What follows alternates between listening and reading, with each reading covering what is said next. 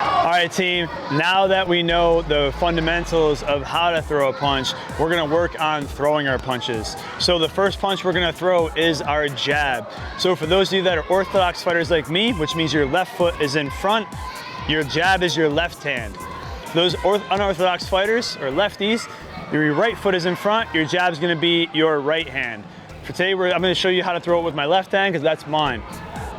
So the jab is also called a one when we're throwing punches. So there's a one and a jab. So we're gonna do all the same fundamentals we talked about, right? We're gonna make sure that our hands are up, our stance is nice and tight, we're protecting our moneymaker. As we throw the strike, we're exhaling, turning our hand over slightly to hit those two knuckles, fully extending our arm, and then making sure we're hitting a small part of the target.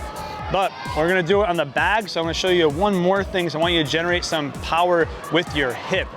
So if we're standing outside the bag, our hands are up, we're looking to throw our jab, one, so it's so notice how you hear from me, you hear a big exhale. That's kind of my way of ensuring that I'm pushing out as hard as I can. So what I'm gonna show you, one more little tactic that you're gonna add to the normal things of striking is how you're gonna rotate your front hip just slightly when you're throwing this jab. So what we're gonna do is as you're here and you go to extend, I want you to kind of twist a little bit at the side. So you're just slightly twisting. Notice my feet don't move, but I'm slightly twisting at the hip.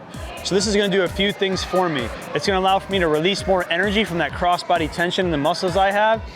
It's also gonna allow me to be a little bit longer with my jab.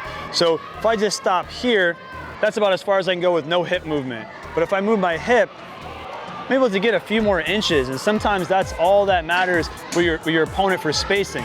So I always want to think about when you throw that jab, you're turning the hand over, you're fully extending the arm, you're exhaling, and then moving that hip a little bit towards your opponent. So it's here,